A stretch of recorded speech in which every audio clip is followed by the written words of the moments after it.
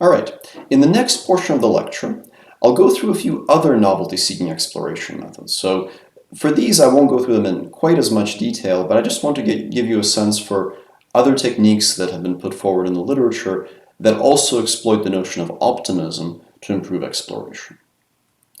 So the first one I'm going to talk about, you can think of it as a kind of a count-based method with a more sophisticated density model. So this is from this paper by Tang et al. Called hash exploration. And the idea here is counting with hashes. So here's the notion. Instead of doing the pseudo count thing, what if you still do regular counts, but under a different representation? So perhaps what you could do is you could take your states and you compute a kind of a hash that compresses the state, so it's a lossy hash, in such a way that states that are very different get very different hashes, but states that are very similar might map to the same hash. So the idea is that we're going to compress S into a k-bit code via some encoder phi of S. And if k is chosen to be small enough, such that the number of states is larger than 2 to the k, then we'll have to compress some states into the same code. And then we'll do counting, but we'll count with respect to these codes. We'll actually count how many times we've seen the same code instead of the same state. And the shorter your code is, the more hash collisions you get, which means the broader your notion of similar for the purpose of determining if two states are similar will be. So will similar states get the same hash? Well, maybe. It depends a little bit on the model you choose. So the way that you can improve the odds is instead of using some standard hash function that typically aims to minimize hash collisions, you could instead use an autoencoder that is trained so that it gets the maximum reconstruction accuracy. And if you train the autoencoder to maximize reconstruction accuracy, then if it's forced to have hash collisions, it'll produce hash collisions for those settings where that collision results in small reconstruction error. So basically, if it mistakes one state for another, but they still look pretty similar, then that mistake costs the autoencoder a lot less than if the states look very different. So learning the hash basically provides hash collisions that are a little more similarity driven. And then this algorithm will take the bottleneck from this autoencoder, essentially treating the encoder of the autoencoder as phi of S, clamp it to be 0, 1, perform a downsampling step, and that's the code, the k-bit code that they're going to use. And then they just do regular counting on these k-bit codes. And the resulting algorithm actually turns out to work decently well with a variety of different coding schemes. So that's kind of a nice way that you could adapt regular counts if you don't want to deal with pseudo counts. Another thing you could do is you could avoid density modeling altogether by actually exploiting classifiers to give you density scores. So remember that p theta of S needs to be able to output densities, but it doesn't necessarily need to produce great samples. And we can exploit this by devising a class of models that are particularly easy to train that can't produce samples at all, but can give reasonable densities. So this is from a paper called EX2 by Hu et al. So here's the idea. We're going to try to explicitly compare the new state to past states. And the intuition is that if a classifier can easily distinguish whether the state it's looking at is the new state or a past state, then the new state is very novel and therefore should have low density. If it's very hard to distinguish, that means that the new state looks indistinguishable from past states and therefore has high density. And while this notion is somewhat intuitive and informal, it can actually be made mathematically precise. So if the state is novel, if it is easy to distinguish from all previously seen states by a classifier. So for each observed state S, what we're going to do is we will fit a separate classifier to classify that state against all past states in the buffer. And then we'll use the classifier likelihood or the classifier error to obtain a density.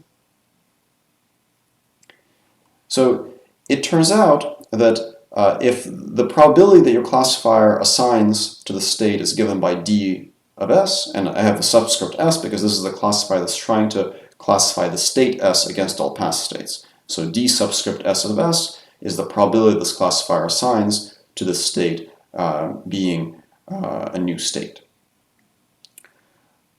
the density of the state turns out can be written as p theta of s is equal to 1 minus ds of s divided by ds of s.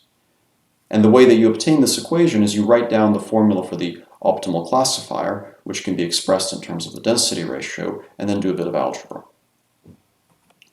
So this is the probability that the classifier assigns that S is a positive, meaning that S is a new state. And the classifier is trained where the only positive is S, and the negatives are all the D's. Now, at this point, you might be wondering, what the heck is going on here? Like, you have a classifier that just tries to classify whether S is equal to itself. Like, shouldn't that always output true? Well, remember what counts are doing. What counts are doing is they're counting how many times you've seen that exact same state multiple times. So if you're actually in that regime with counts, and S has a large count, then S will also occur in D. So you'll have one copy of S in the positives, but you might have multiple copies of S in the negatives, which means that the true answer, the true ds of S, is not 1. Because if you see the state S, it could be a positive, but it could also be a negative. For example, if the state S occurs in the set of negatives 50% of the time, if literally half your negative states are also S, then ds of S is not 100%, it's actually 75%. Because 50% that's a positive, 25% that is the other half of the negatives. So the larger the count, the lower ds of S will be. And of course, in larger continuous spaces, where the counts are always 1, this model will still produce non-trivial conclusions because the classifier is not going to overfit. The classifier is actually going to generalize a little bit, which means that if it sees very similar states in the negatives, it will assign a lower probability to the positive. So that's why you can use a classifier to estimate densities like this. If you want to go through the algebra for how to derive the probability from the classifier, check out the paper. It's actually a fairly simple bit of algebra. The intuition is that you first write down the equation for a Bayes optimal classifier, which is an expression in terms of p theta of S, and then you solve that expression to find an equation for p theta of S. Now, as I mentioned before, aren't we just checking if S is equal to S? Well, if there are copies of S present in the data set, then the optimal ds of S is not 1, as I mentioned before. And in fact, the optimal classifier is given by 1 over 1 plus p of S. And again, this is a bit of algebra that you can check. So if you rearrange this to solve it for p of S, you get the equation on the right. Now, in reality, of course, each state is unique, and your classifier can overfit, so you have to regularize the classifier to ensure that it doesn't overfit and doesn't just assign a probability of 1 all the time. So you would use something like weight decay to regularize your classifier. Now, the other problem with this is that as I've described this procedure so far, we're training a totally separate classifier for every single state we see. Now, isn't that a bit much? Aren't we going to go kind of crazy with all those classifiers? Well, one solution we could have is we could instead train an amortized model. So instead of training one classifier for every single state, we can train just a single classifier that is conditioned on the state that it's classifying. So it's an amortized model that takes the exemplar as input, that's x star, and it takes the state that it's classifying as input, that's x. And now we just train one network, and we update it with every state that we see. So this is an amortized model. And this basic scheme actually works pretty well. It compares very favorably to some other exploration methods, including the hash-based exploration method I described before, and provides maybe an interesting perspective on how the type of density model we use for exploration doesn't necessarily need to be able to produce samples, and it could even be obtained from a classifier. And then in the paper, there's some experiments with using this for some visual navigation tasks in VisDoom, where you have to traverse many different rooms before you find the treasure. And a good exploration algorithm should figure out when it's in a novel room, and then seek out more novel rooms that it hasn't seen too much. All right, now there are also more heuristic methods that we could use to estimate quantities that are not really counts, but that kind of serve a similar role as counts in practice and can work pretty well. So remember that p theta of S needs to be able to output densities, but it doesn't necessarily need to produce great samples. In fact, it doesn't even necessarily need to produce great densities, You could just think of it as a score, and you just want that score to be larger for novel states and smaller for non-novel states, or the other way around. So basically just need some number that is very predictive of whether a state is novel or not. It doesn't even have to be a proper density.